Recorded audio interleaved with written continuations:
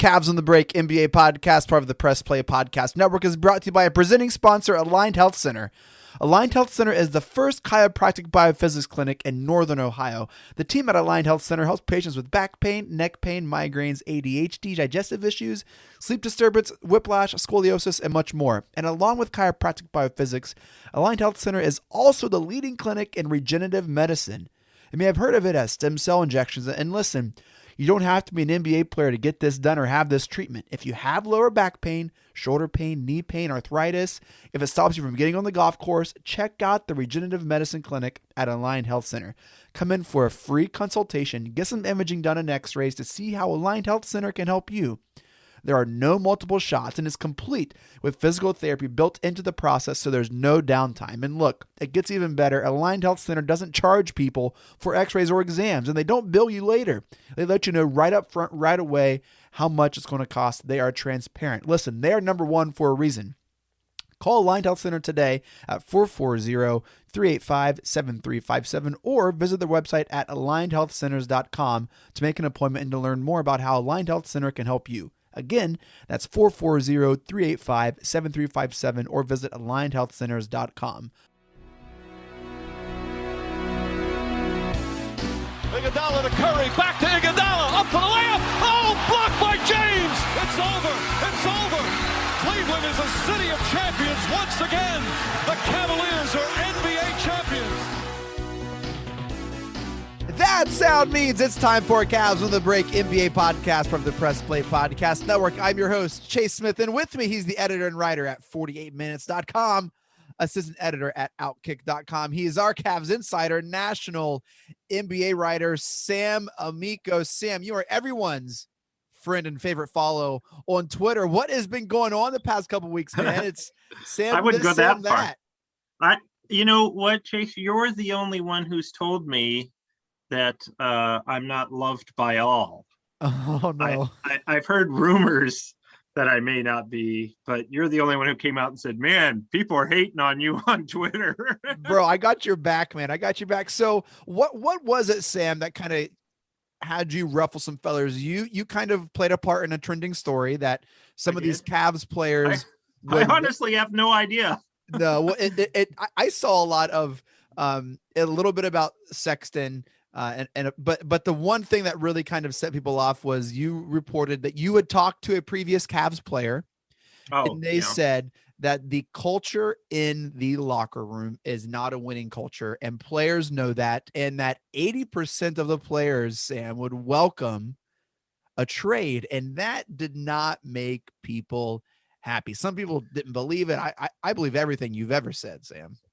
But why do you think that's recorded on the Cavs where I quote somebody is what they said? And I don't know that every time somebody shares something, it's the absolute truth. But if I feel like it's coming from a good person in a good place, and that they're not totally exaggerating, I would say 80% of the locker room welcoming a trade is probably a bit on the high side, but I can't talk to guys individually this year, obviously, because of circumstances. So you don't really know. I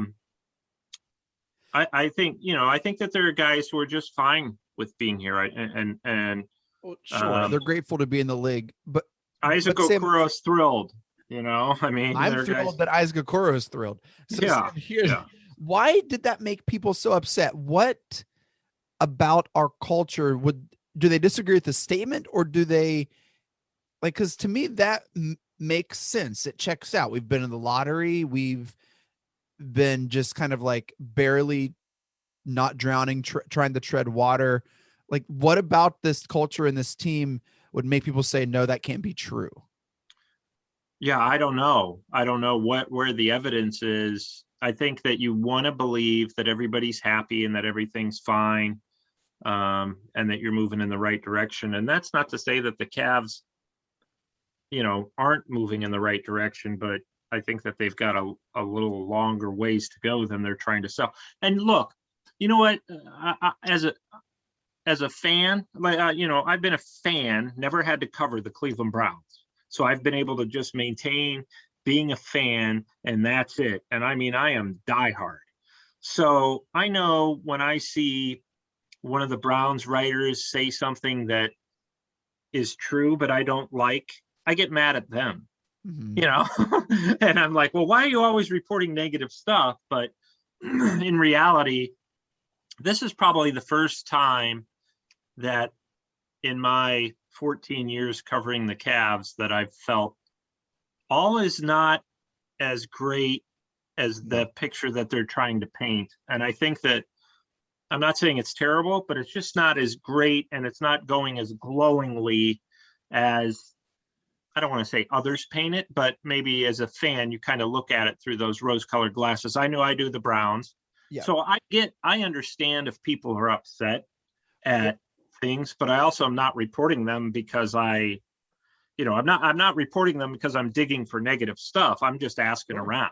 No, I thought when I saw that tweet pretty early on, I didn't expect it to have legs as it did throughout the day and the next couple of days. Sam, I thought, yeah, that makes sense. Like 80% probably would welcome a trade is different than like wanting a trade, right?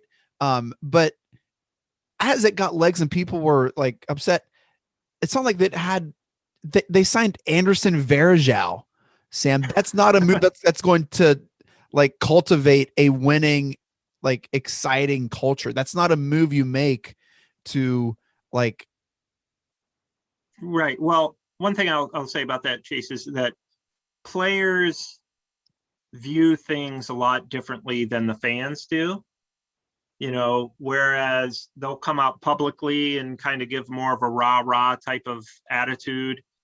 It's not necessarily the way it is all the time. And I can tell you, as a guy who's covered this team for 14 years, I started 2007 when they went to the finals, right? yeah, Okay, so I've seen the highest of the highs. Then LeBron left, and then they went on a 26-game losing streak. So I saw the lowest of the lows, and then LeBron comes back, they start winning again. You go back up on the highs, and now back down to the lows. And I can tell you the one common denominator, and it's not just the Cavs. I talked to writers from, people who covered the Sacramento Kings, people who covered the Knicks before this year, that now that the Knicks are having some success, people who covered, teams like the Orlando Magic or the Charlotte Hornets, or teams that typically don't have much success. And this is a universal thing, Chase. Generally, there's a lot of finger pointing going on when you lose. There's a lot of, man, I'm tired of losing. I want to go play for a team that values winning. And I can tell you the one thing about playing the lottery that every fan is excited about, like Cade Cunningham or whatever. I've had players say, oh, so they want to, they're going to draft somebody who plays my position, and yeah, and I mean, look, a lot of these guys are 21 years old. They're on their way up. They don't want their minutes taken by some other 21-year-old or 19-year-old or whoever's drafted. So there's a lot of finger pointing going on when there's losing, and it only makes sense. Now, if they start winning games and they start really have a reason to believe that, hey, we're going to be good in a year or two. We're not going to just be, the ninth, 10th seed in the Eastern Conference. We're going to be pretty good. We're going to be a team that people can fear. When they start feeling that, those negative feelings go away. But I'm not, from the players I've talked to, either the former Cavs or people who are in touch with the Cavs on the floor. I haven't talked to any Cavs about this. I haven't had an opportunity to. It's guys that I've had their numbers for years, and they will say to me, things are not necessarily, they're in that kind of rut where the guys are kind of feeling like it's more than injuries. It's and more look, Sam, than that's for the future. that shouldn't be a surprise. That would be a No, surprise if you're it's talking about a team like the Knicks or the Heat, or a team that has Sure. either sustained success like the Heat, or success this year for the first time since God knows when with the Knicks. It shouldn't be a surprise that there's a little like disgruntledness or uneasiness or distrust or no community or camaraderie. Like that shouldn't come as a surprise to this Cavs team. Well, you have a divide in the fan base right now. When you lose all the time, your fan base is divided. You have the hey, we're terrible, we're not going anywhere element. It's all over Colin Sexton. And Sam, not to keep Well, a talking lot about of the it Browns, is, but yeah. when you have a quarterback controversy, you don't have a quarterback. Right. And if you're having a conversation about can Sexton be the guy, and it's going on 3 years, guess what? He can't be the guy. Yeah, well, I would agree with you. He's not going to be your number one guy. He might be your number one scorer, but I think that you can't. I don't know any time in history where a 6-foot shooting guard has been the number one option on a championship caliber team. And that's not to say Colin Sexton's not a good player. It's not to say he's not going to be an all-star someday. He could be. But at this point, you kind of need, and there is, and Joe Varden of The Athletic reported this, there is some friction there in terms of his distribution and all that. Whether it's fair or not, it's there. Fans will say, well, Varden's just searching for, no, Joe's not searching for anything. It's just there. Yep. And players on opposing teams. Again, when you're a fan and you're wearing those rose-colored glasses, I know when somebody says something like, hey, Baker, these couple receivers don't like Baker Mayfield, which obviously isn't true. That's totally hypothetical. But if somebody were to write that or say that, it would make me kind of mad that they're writing or saying it. But it's also true, so my job isn't to be, I wish it were. I wish my job was to do nothing but say great things about the team I cover. But my job, in my eyes, is to give fans an inside look at the team. And frankly, the inside look isn't always going to be what fans want. But, to me, it's neither here nor there. I've been doing this 14 years. The first 2 or 3 years when I saw like half the fan base upset with me, it would bother me. Now, I don't, first of all, I don't think half the fan base is upset with me. There's a few loud ones, but if all of them were, it wouldn't bother me. My number one priority is, doing the best job I can and being honest. And my second priority is making sure that direct deposit is there to cover the team. Yep. So, that's really what this job is about. I love basketball. I really do like the Cavs. I grew up rooting for them and was happy when they won a championship. But to me, things aren't bad with them. They're just not good. And it's not as good as they're trying to paint the picture. That's for sure.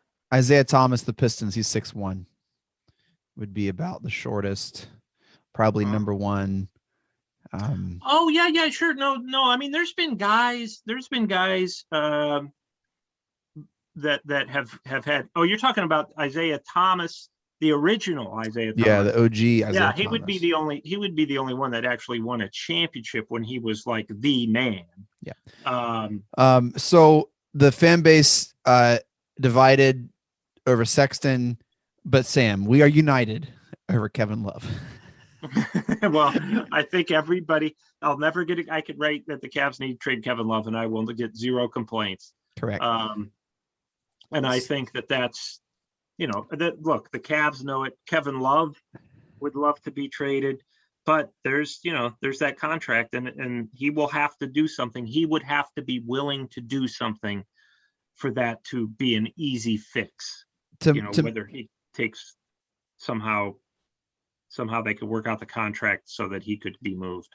Easier. To make matters worse, as if his previous play up to tonight, as of Wednesday, May 12th, hasn't been bad enough. On Fan Appreciation Night, he has his best night of the season against the Celtics, propelling the Cavs to a win, all the while hurting our lottery chances, Sam. Yeah. Well, right. Well, every once in a while, do you remember Shaq with the Cavs? Yeah. Unfortunately. Yeah. Well, Shaq was clearly way past his prime when he came to the Cavs.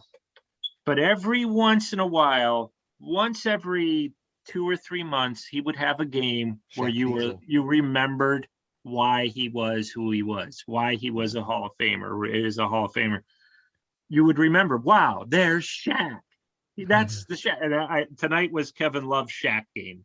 where it was like, oh yeah, remember he used to be able to do this on a nightly basis, and every once in a while those great, I shouldn't call Kevin Love great, but those former all-stars will remind you what made them an all-star. He had it, he just had it going tonight. He had it. He was feeling it, but like you said, it's because he felt pressure because Wiggins has been playing well. He's like, oh crap, Wiggins has had a couple Wiggins has good been games. I got to killing it. show up Yeah. for one. Well, there's a couple of guys they don't have that they once had that would be fantastic on this team. And Andrew Wiggins is probably my second pick after Kevin Porter Jr.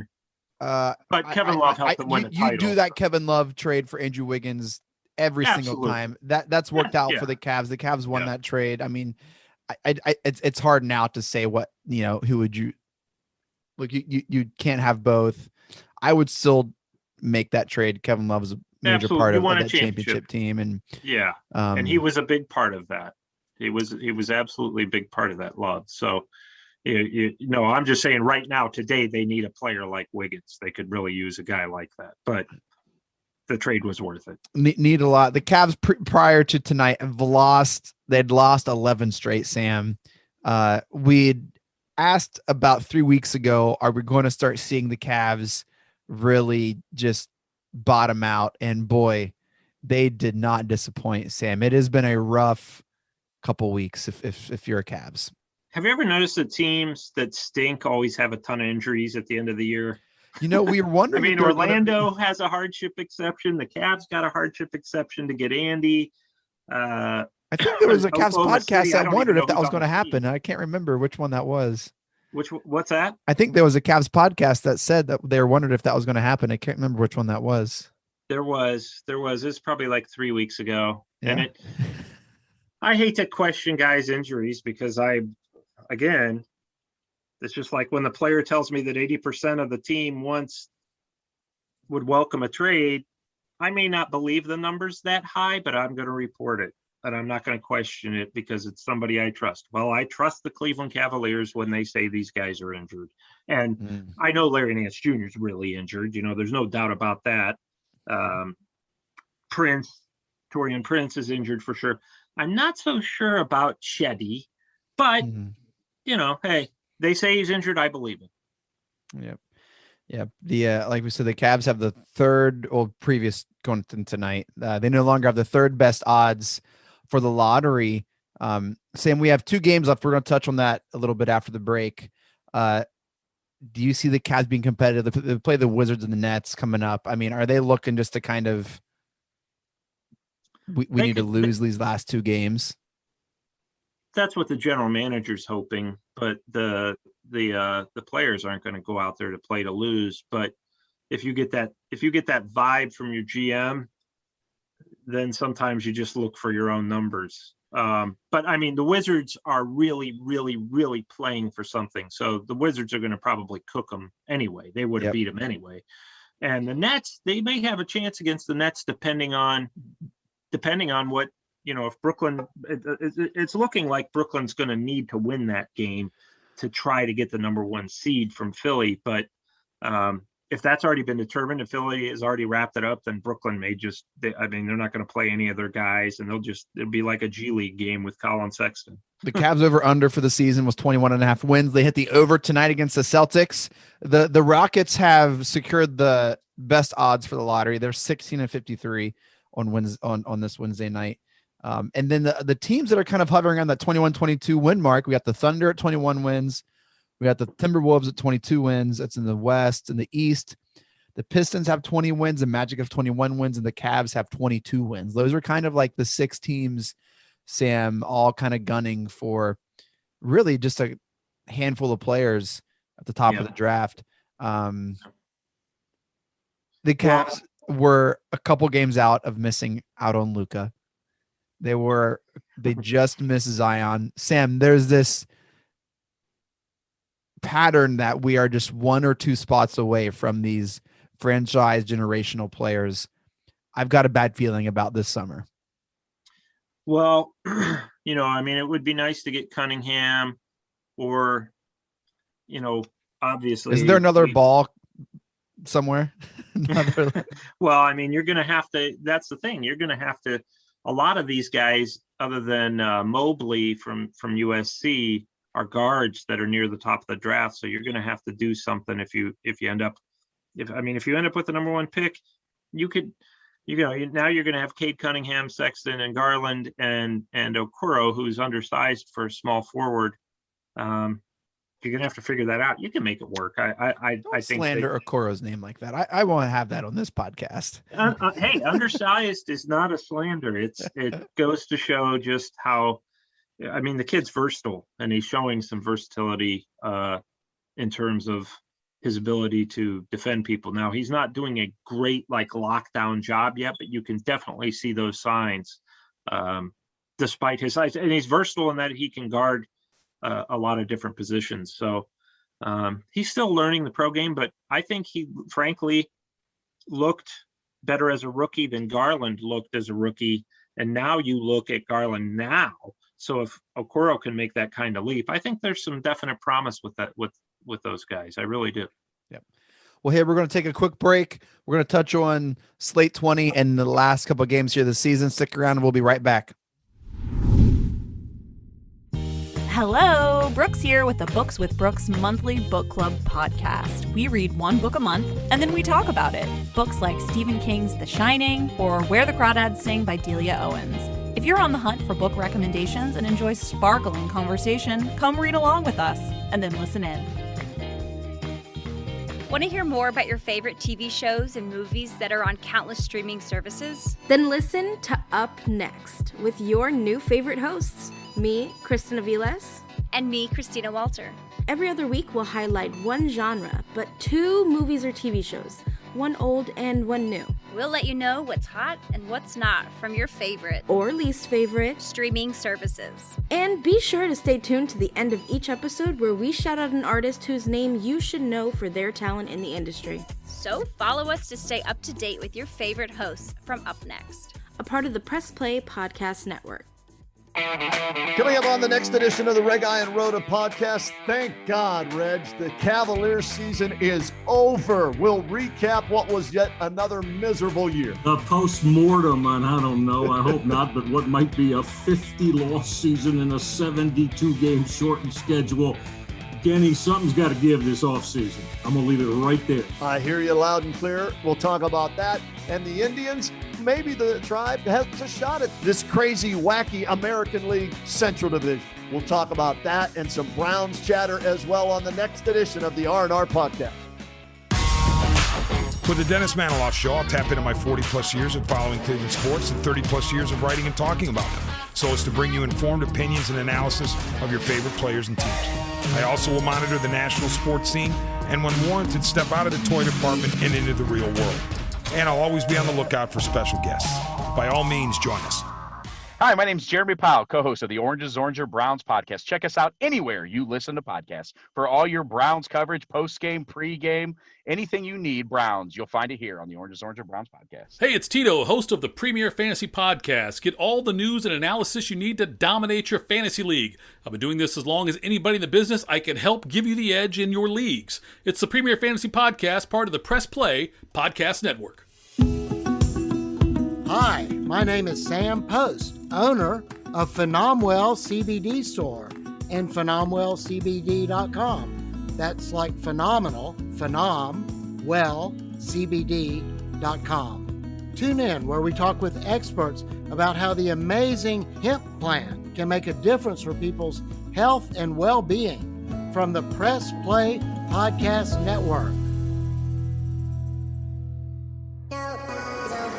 Hey, it's JD from the Hyman Podcast.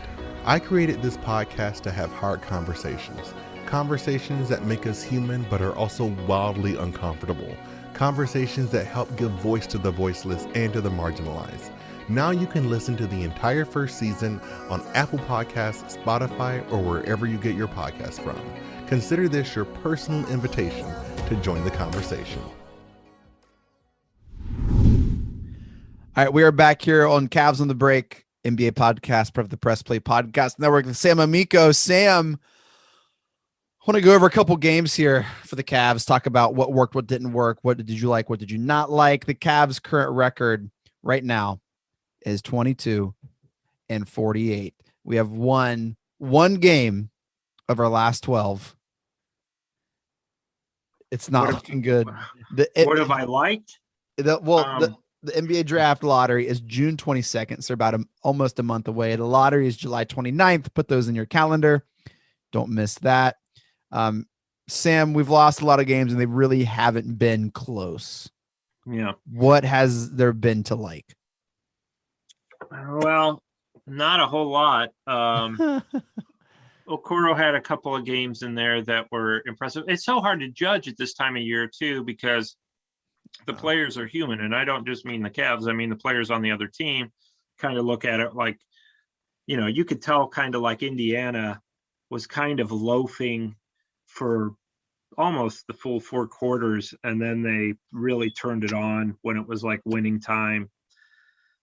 So it's hard to judge when a team is in the situation where the Cavs are. I think what's disappointing, obviously the injuries are a huge disappointment, but what's disappointing is they played with such resolve at the start of the year.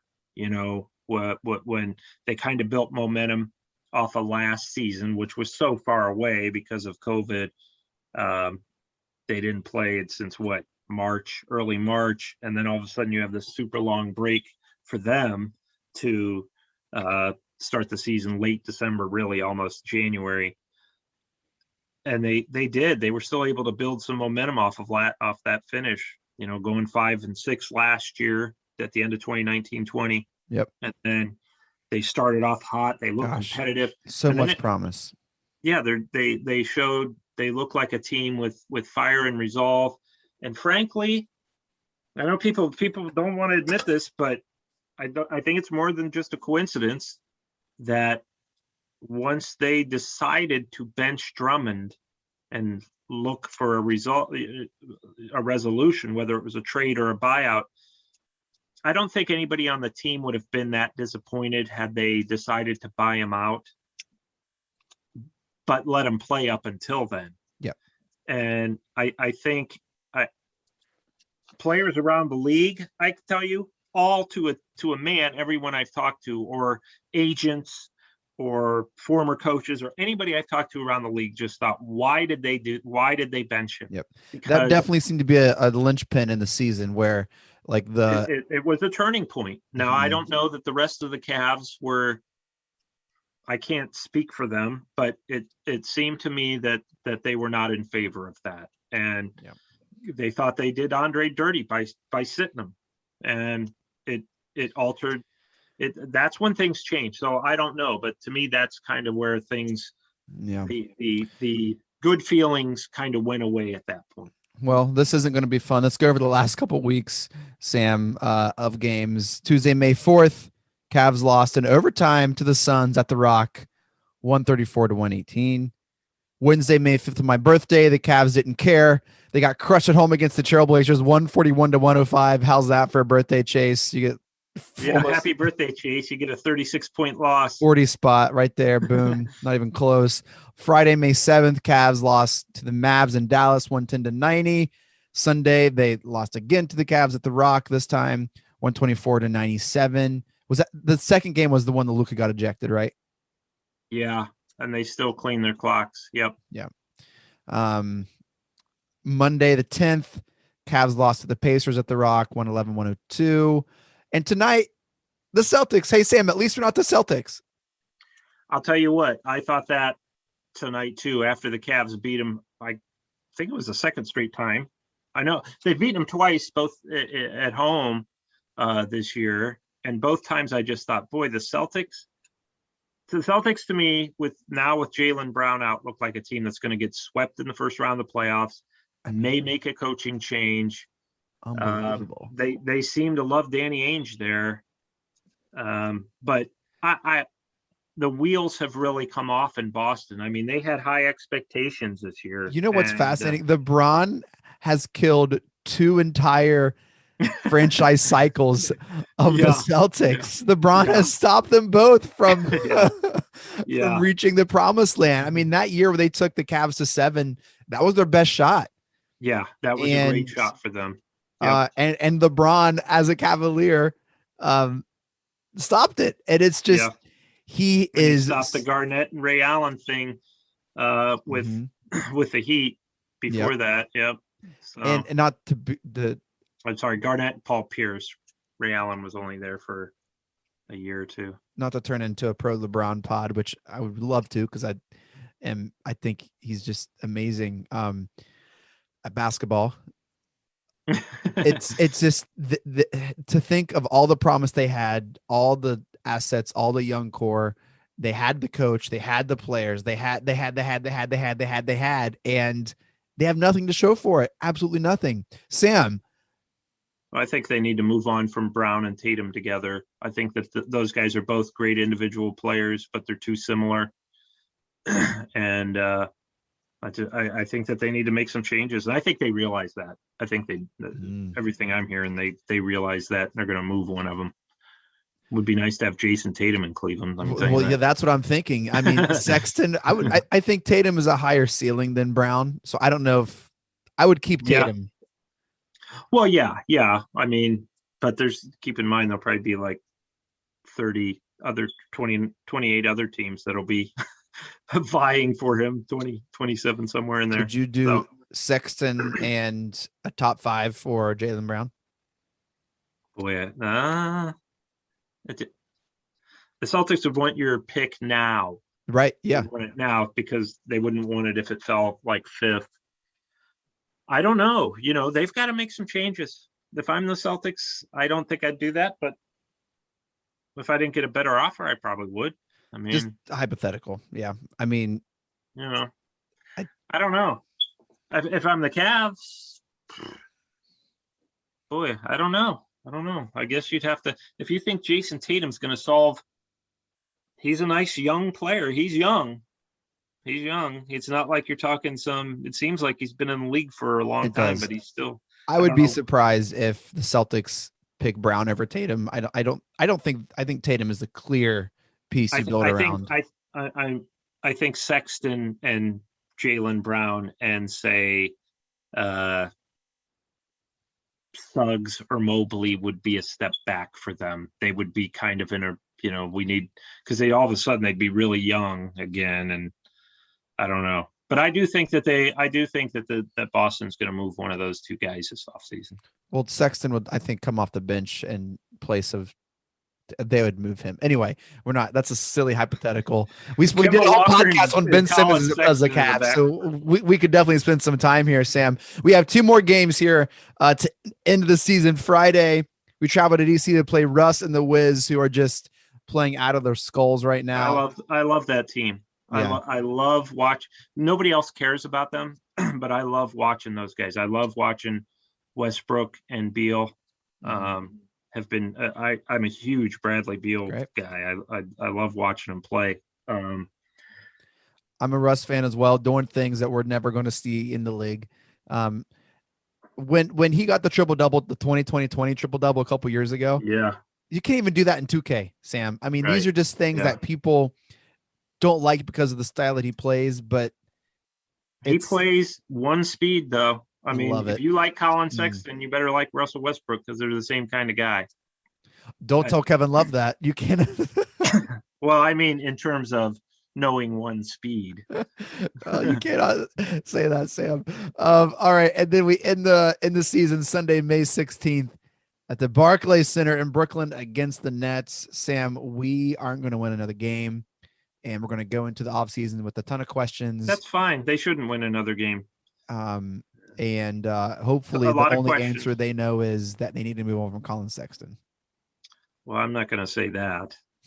I think that they need to reevaluate some things and decide, look, if Sexton and Garland are your backcourt for sure from the future, then you need to find some spot up shooting somewhere.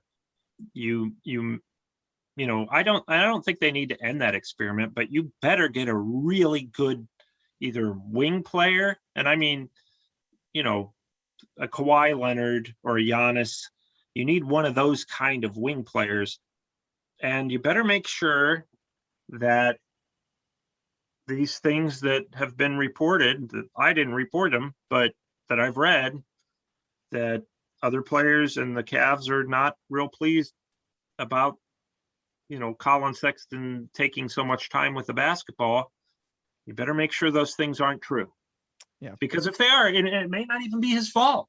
But if they're true, then you've got to really, you're all about culture, right? Or so you say. Then you've got to do what you got to do for your culture. I think I don't know that Sexton's they're stock true. is low. What's that? I think Sexton's stock is low. And I think when you look at I will tell you this, if talking to other GMs, it is kind of low. One GM said, well, somebody's got to score on a bad team. Yep. But and people look at that like I'm taking a shot at Sexton. I love the guy personally. I really do. Yeah, I love his heart. We're just looking at strictly as building a team. I think you know what? Maybe the hope is that in 5 years that they, less than 5 years. I'm getting old. But the hope is that within a couple years, the Garland Sexton backcourt will be their backcourt and they're winning. And we're not just hearing, well, that's, they've got promise, because I'll tell you what, you hear that every year out of some teams, and the Cavs don't want to be one of those teams. Yeah.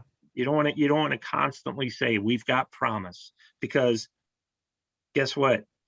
Then you guys who you're developing end up leaving the first opportunity they get, because all you're doing is keep telling everybody you have promise. You think De'Aaron Fox is long for Sacramento if this keeps up? He's going to get out of there the very first chance he can. So bounced real quick. Yeah, what a great guy, because he likes my posts. So I hope he goes somewhere where he's happy. Come to Cleveland, buddy. He's something else. Hey, well, Sam, we're going to come back next week. We're going to wrap the season up, have some special guests, hopefully, and put a little bow on this poo-poo platter of a season that the Cavs have presented to us. And, hey, we're not going anywhere. We love the Cavs. We love the team, love the city. And we're frustrated because it just feels like we're treading water. And we see potential, we see promise. We've seen the team play at a high caliber, and it seems like we get in our own way, and that's frustrating. Yeah, Chase, and I will say this: the one thing I know, again, is that every team that's not making the playoffs, every one of them has just as strong of a case right now as the Cavs that we're going to be good in 3 years. Sure. The Detroit Pistons have 4 pretty good rookies. And they're going back to lottery. Maybe they'll get Cade Cunningham. Maybe. Then they'll have 4 really good second-year players and Cade Cunningham. You know what I mean? Yeah. So, every team's in that same boat. Everybody says we have a nice young core. Heck, the Pistons even call theirs the core 4. So, every team uses that marketing slogan and sells that to their fans. And maybe the Cavs do have a nice young core. But guess what? So does everybody else in the boat. Maybe not Oklahoma City, but everybody else does. And, so are you further along than them? And I don't know that the Cavs are. I don't know that they're further along than those other teams that are making the same claim. Well, that does it for this episode of Cavs on the Break NBA podcast. Thank you all so much for downloading and listening. Shouts to our presenting sponsor, Aligned Health Center. Shouts to Press Play Podcast for making this possible. Make sure to follow us on Twitter at Cavs on the Break. We always follow back. Follow Sam on Twitter at Amico Hoops. Catch all of his work and writings at 48minutes.com and nowkick.com for breaking news, insider info. Do not miss out. Sam, any final thoughts, brother? No, I look forward next week to talking about the off season and be fun. Hang in there, Cavs fans. It'll get better, I think. I agree, Sam. Hey, it's always great talking to you. Talk to you next week. Mike Breen, take us out. Congratulations, Cleveland. Your decades-long wait is finally over. The Cavaliers are NBA champions.